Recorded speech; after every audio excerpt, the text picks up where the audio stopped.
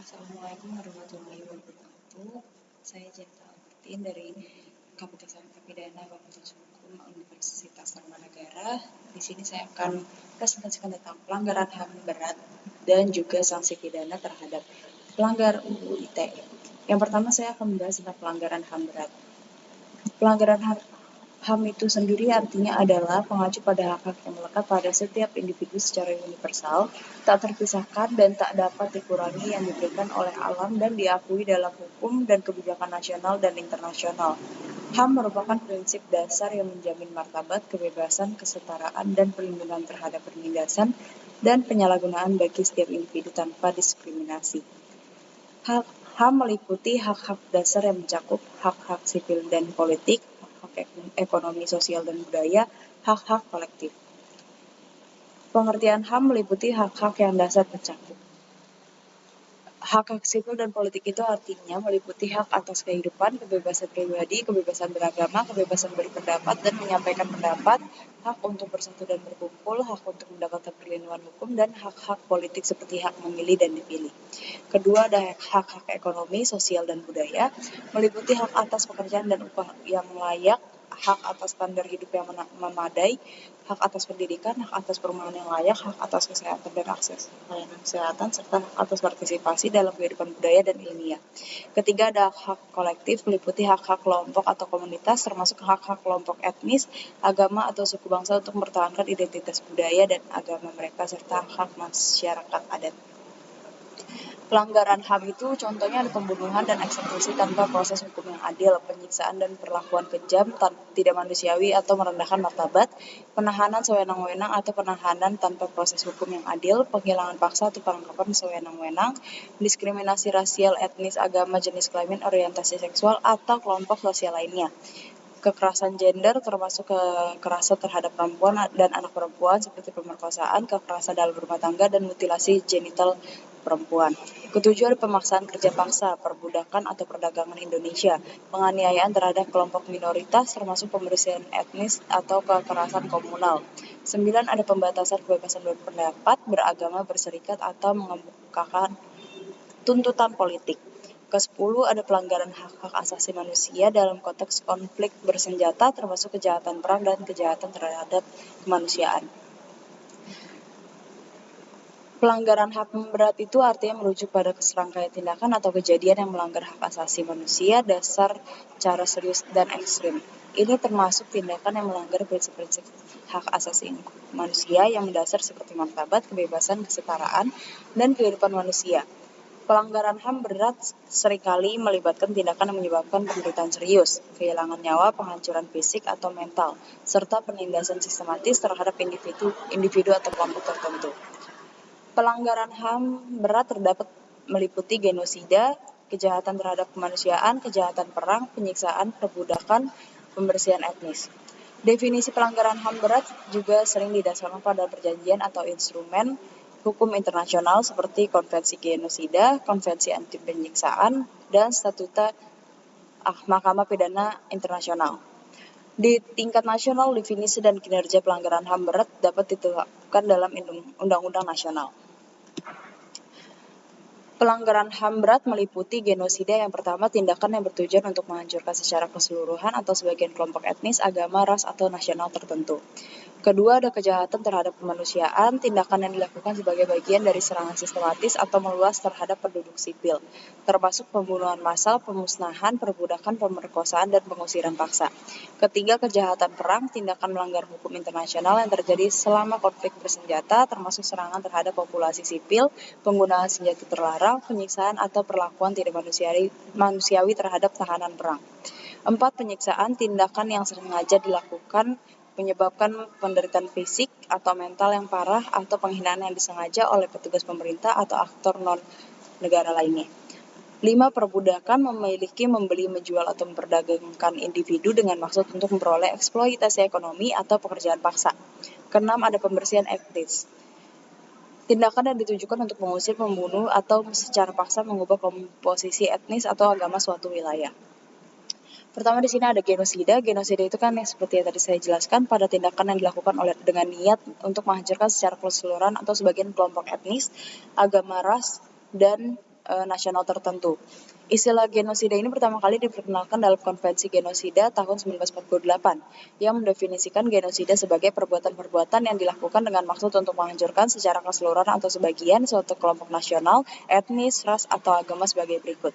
Membunuh anggota kelompok, menyebabkan cedera serius atau cacat fisik atau mental kepada anggota kelompok, memaksakan kondisi kehidupan yang bertujuan untuk menghilangkan kelompok secara keseluruhan atau sebagian, mengenakan tindakan yang dimaksudkan untuk mencegah kelahiran dalam kelompok, memindahkan anak-anak dari kelompok tersebut ke kelompok yang lain. Contoh terkenal dari genosida itu ada Holocaust yang pada Perang Dunia Kedua, di mana rezim Nazi Jerman di bawah kepemimpinan Adolf Hitler melakukan pembunuhan sistematis terhadap 6 juta orang Yahudi. Genosida juga terjadi dalam sejarah lain, seperti genosida Armenia pada masa Perang Dunia Pertama, genosida di Rwanda pada tahun 1994 dan genosida Bosnia pada tahun 1995. Genosida itu sudah dianggap salah satu pelanggaran HAM paling serius dan dikecam oleh seluruh hukum internasional serta komunitas internasional. Pelaku genosida dapat diadili dengan baik di pengadilan nasional maupun di Mahkamah Pidana Internasional jika negara-negara terkait menjadi anggota ICC atau melalui yurisdiksi universal. Tujuan utama dari mengakui dan memperjuangkan genosida adalah untuk mencegah kejadian serupa di masa depan dan memastikan pertanggungjawaban bagi para pelaku genosida. Yang kedua ada kejahatan terhadap kemanusiaan. Ini dilakukan tindakannya tuh kayak bagian dari serangan sistematis atau meluas terhadap penduduk sipil yang disengaja atau terorganisir, yang terencana.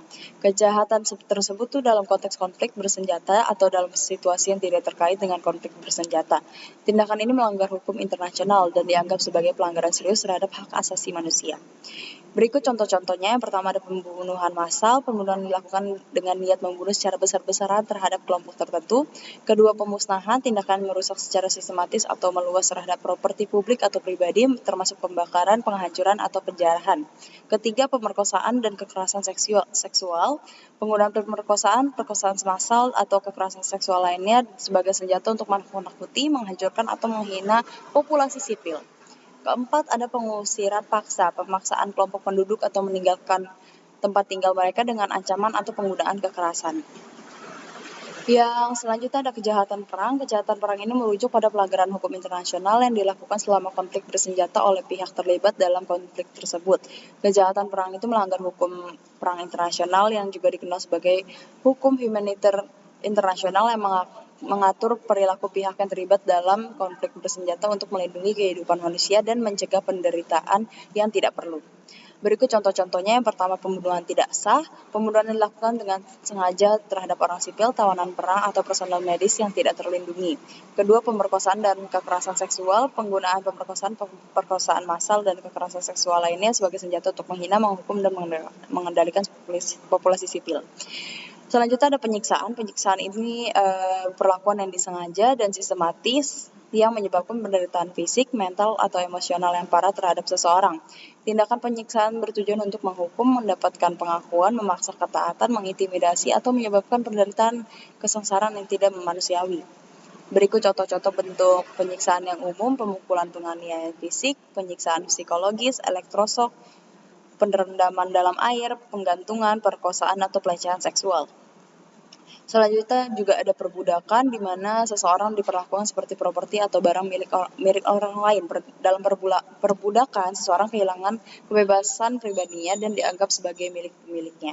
Praktik ini melibatkan eksploitasi manusia, penindasan, dan pelanggaran hak asasi manusia yang serius. Perbudakan itu dapat meliputi perbudakan tradisional, di mana sejak lama di mana seorang secara hukum atau sosial dianggap milik pemiliknya. Ini termasuk perbudakan berbasis ras, etnis, atau kasta, di mana seseorang dianggap rendah dan dikendalikan oleh pemiliknya. Kedua, perbudakan modern. Secara hukum ini dilarang di hampir semua negara, mencakup praktik seperti perbudakan seksual, perbudakan anak, perdagangan manusia, dan kerja paksa. Orang yang terjebak dalam perbudakan modern seringkali dieksploitasi secara ekonomi, seksual, atau dalam kondisi kerja yang memaksa. Pembersihan etnis itu juga dikenal sebagai etniside, merujuk pada tindakan yang dilakukan dengan niat untuk menghilangkan atau memusnahkan suatu kelompok etnis tertentu dari suatu wilayah atau negara. Tindakan tersebut melibatkan pembunuhan massal, pengusiran paksa, pemerkosaan massal, penyiksaan, penghancuran properti, dan tindakan kekerasan lainnya yang ditujukan seperti spesifik terhadap kelompok etnis tersebut. Ini ada contoh untuk pembersihan etnis termasuk Holocaust yang selama Perang Dunia Kedua, di mana Nazi Jerman mencoba untuk memusnahkan orang Yahudi secara sistematis, serta genosida di Rwanda pada tahun 1994, di mana kelompok etnis Tutsi menjadi target serangan massal oleh kelompok etnis Hutu. Dasar hukum pelanggaran HAM itu dapat bervariasi tergantung pada yurisdiksi yang bersangkutan. Berikut ini beberapa dasar hukum yang dapat menjadi landasan bagi penuntutan pelanggaran HAM berat. Pertama, ada konstitusi. Banyak negara memiliki konstitusi yang menjamin hak asasi manusia dan melarang pelanggaran HAM berat. Konstitusi seringkali menjadi dasar untuk menghormati dan melindungi hak-hak individu. Yang kedua, ada hukum internasional, undang-undang nasional, kode pidana, dan juga keputusan pengadilan. Yurisdiksi HAM merujuk pada wilayah atau kewenangan hukum di mana suatu negara atau lembaga kekuasaan untuk menegakkan hukum dan mengadili pelanggaran HAM. Yurisdiksi juga dapat diterapkan pada tingkat internasional, nasional, atau regional. Berikut ini adalah beberapa yurisdiksi yang terkait pelanggaran HAM. Ada yurisdiksi internasional, ada yurisdiksi nasional, dan yurisdiksi regional. Sekarang kita akan masuk ke Undang-Undang ITE dan sanksi pidananya. Yang pertama, pendahuluannya ini adalah ITE itu singkatan dari Informasi dan Transaksi Elektronik. Istilah mengacu pada undang-undang atau peraturan yang mengatur penggunaan teknologi informasi dan transaksi elektronik di suatu negara atau yurisdiksi tertentu. UU ITE biasa mencakup berbagai aspek seperti keamanan informasi, perlindungan data pribadi, perlindungan konsumen, hak kekayaan intelektual, transaksi elektronik, dan lain-lain. Undang-undang ITE di sini buat yang di Indonesia ada Undang-Undang Nomor 11 Tahun 2008 mengatur berbagai aspek teknologi informasi dan transaksi elektronik di Indonesia termasuk perlindungan data pribadi, keamanan informasi elektronik transaksi, dan juga tanggung jawab hukum dalam lingkungan digital. Berikut adalah asas-asasnya. Yang pertama ada kebebasan dalam berekspresi, privasi dan perlindungan data, tanggung jawab dan kewajiban, perlindungan konsumen, keamanan dan perlindungan infrastruktur, keadilan, kebebasan berpendapat. Sanksi pidana bagi pelanggar UU ITE menurut Undang-Undang ITE di Indonesia Nomor 19 Tahun 2016 Pasal 28, penghinaan ancaman pidananya penjara paling lama 4 tahun atau denda paling banyak Rp750 juta. Pasal 29, penyebaran informasi atau menyebabkan kebencian atau permusuhan, ancaman pidana penjara paling lama 6 tahun atau denda paling banyak Rp1 miliar. Pasal 30, penyebaran informasi yang mencemarkan nama baik, ancaman pidana penjara paling lama 6 tahun atau denda paling banyak 1 miliar. Pasal 32, penyebaran konten porno, ancaman pidana penjara paling lama 6 tahun atau denda paling banyak 1 miliar. Pasal 36, penyebaran informasi yang melanggar privasi, ancaman pidana penjara paling lama 4 tahun atau denda paling banyak Rp750 juta. Pasal 45, penyebaran informasi elektronik yang tidak benar, ancaman pidana penjara paling lama 6 tahun atau denda paling banyak Rp1 miliar. Pasal 51, pembobolan data, ancaman paling lamanya itu 9 tahun penjara atau denda paling banyak Rp2 miliar. Pasal 53, penghancuran atau perusakan data, ancaman pidana penjara paling lama 12 tahun atau denda paling banyak Rp4 miliar. Berikut ada pasal-pasal pidana terkait pencemaran nama baik, ada di pasal 310 KUHP, pasal 311 KUHP, pasal 316 KUHP, dan pasal 207 KUHP. Pasal-pasal terkait SARA ada juga di pasal 156A KUHP, pasal 156B KUHP, pasal 28 ayat 2 UU ITE. Selain pasal-pasal di atas, terdapat juga undang-undang khusus seperti Undang-Undang Nomor 40 Tahun 2008 tentang penghapusan diskriminasi ras dan etnis yang melanggar segala bentuk diskriminasi berdasarkan ras dan etnis. Terima kasih.